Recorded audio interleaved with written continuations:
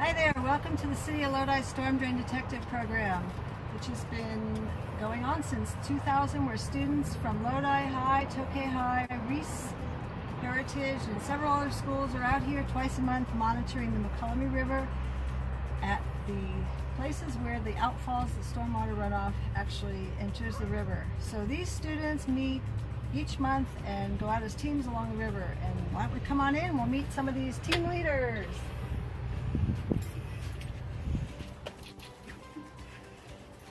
Hi, my name is Dylan Ryan. And I'm Haley Howard. And welcome to Storm Drain Detectives training video.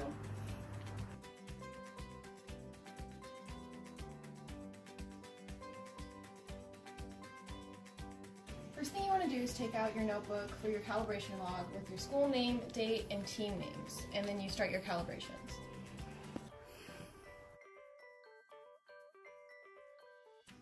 First, for your pH calibration, you're going to place the 3 different pH buffers into their designated containers, pH 4, pH 7, and pH 10. Then, you will turn on the pH meter. You'll wait until it shows a number, and you'll place the pH probe into first pH 4 buffer.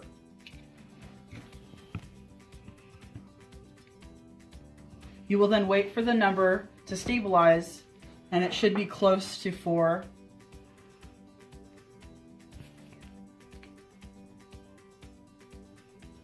Then you'll press Cal.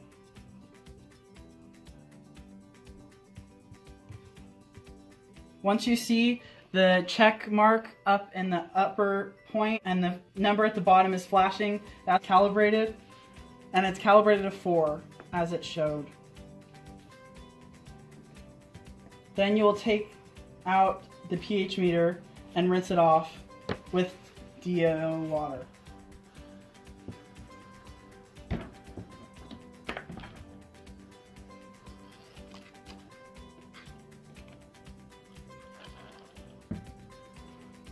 You will now repeat this process in pH 7, so you will put the pH probe into the 7 buffer.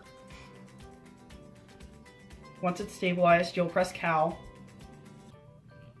and then you'll wait for the check mark and the flashing number. And it's calibrated to 7.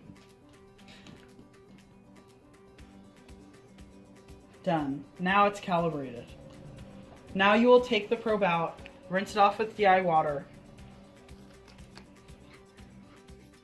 After you've calibrated 4 and 7, you will record your calibrated numbers into the log, and be sure to include the initials of the calibrators. You will be reading in pH 10, so you'll place the probe into the buffer and wait for the number to stabilize. The ideal reading is 10.0 plus or minus 0.2. And be sure to record the value read on the pH meter listed there. And please include initials. Okay. To discard your pH buffer, you put it in the waste bin.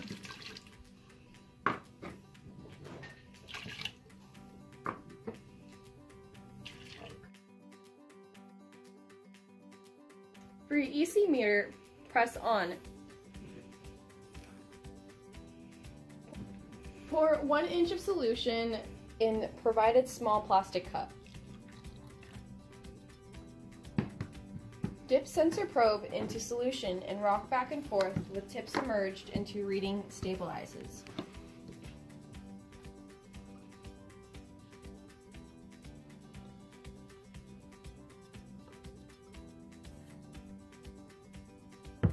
Still submerged, press Cal. You have 5 seconds to start the next step. Still submerged, press hold/enter button until the value shows 1000.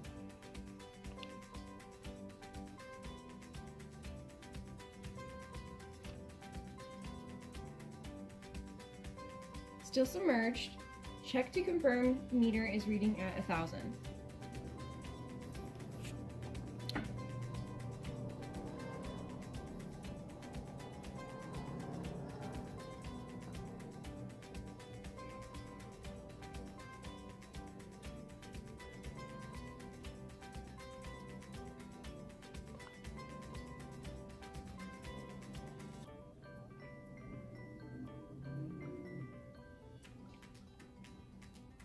Remove from solution. You have successfully calibrated the instrument. Record your EC calibration, which was a 1000. Insert your initials.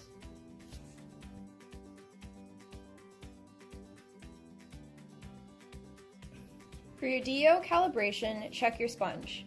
It's on your left-hand side of your meter. Make sure it is wet. Change your meter to percent using the mode button. Press 2 times. Should read close to 100%. To begin calibration, press and release both up arrow and down arrow keys at the same time to enter calibration menu. Press enter. If not at 0 feet, use up arrow to set elevation as 0. If DO is stable, press the enter button 2 times. For salinity, use the arrow keys to increase or decrease the salinity setting to 0. When the correct salinity appears on the LCD, press the enter key. Change mode to milligrams per liter by pressing mode button once.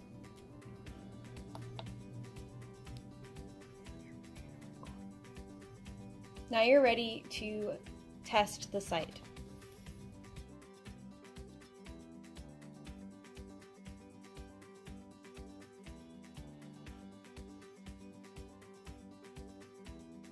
When testing air temperature, be sure to verify your units and then hold the thermometer roughly 3 feet above ground in the shade and wait for a stable reading.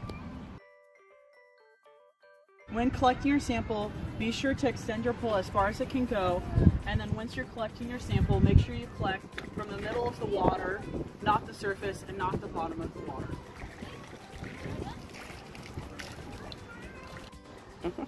When testing temperature, be sure to be in the correct units, degrees Celsius, and then swish the temperature probe for a stable reading. So now we're going to test DO. You have to pull out the pole, tie your meter onto the end, and place it in the water. Make sure the silver part of the probe is under water. Now we're going to watch the meter. You do want to keep the probe moving in the water. It's always going to fluctuate. We're going to take about the average of what it's showing. So here we're testing 2 things. We're testing our DO and also the temperature of the water. Once you have your average of your reading, you're going to record it on your data sheet. Remember to mix your sample before doing any analysis.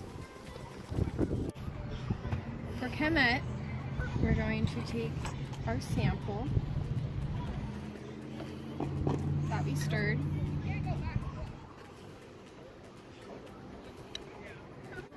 We're going to put our vial into the sample, and the white line at the tip is going to break. Push on it. It's going to fill up with water and turn blue. After it fills up, you're going to invert so the bubble goes all the way up, then all the way up again for 2 minutes.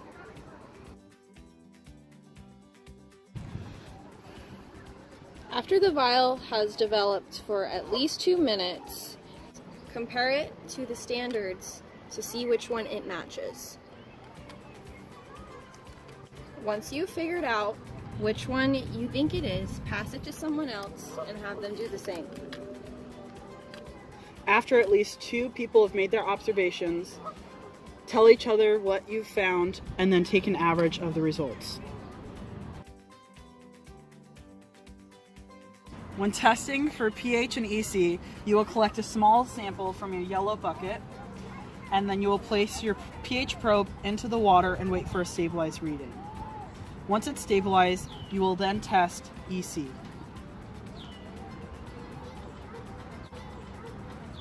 You will then repeat this process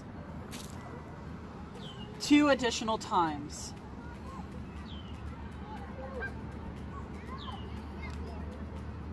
The reason for testing pH and EC 3 times is to create an average of the results. For pH paper, you're going to dip and remove immediately and wait 1 minute for it to develop. Once it has developed, you're going to use the scale to see which one it is. When testing for nitrates, you will place the paper into the water and then wait 60 seconds for the reading to develop. You will then compare this to the top pad to the top measure chart.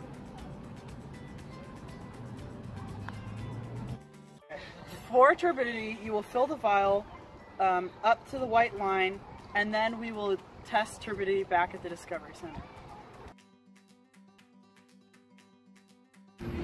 Use your clear cup to do your first 3 observations for odor, turbidity, and color.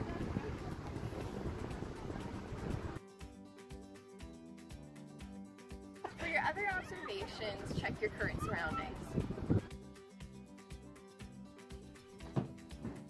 Now back at the Discovery Center, we are going to test turbidity. With turbidity, you're going to take your vial and invert it twice. After that, you're going to wipe off fingerprints, dust, dirt, and other. Align your arrow to this arrow, close the hatch, and press read.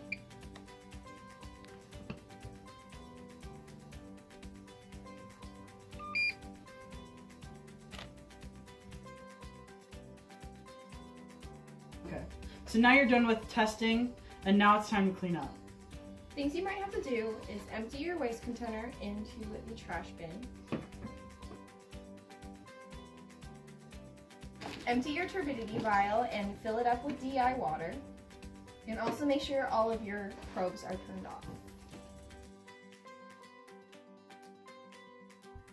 Notify your teacher if there's a need of any restocking.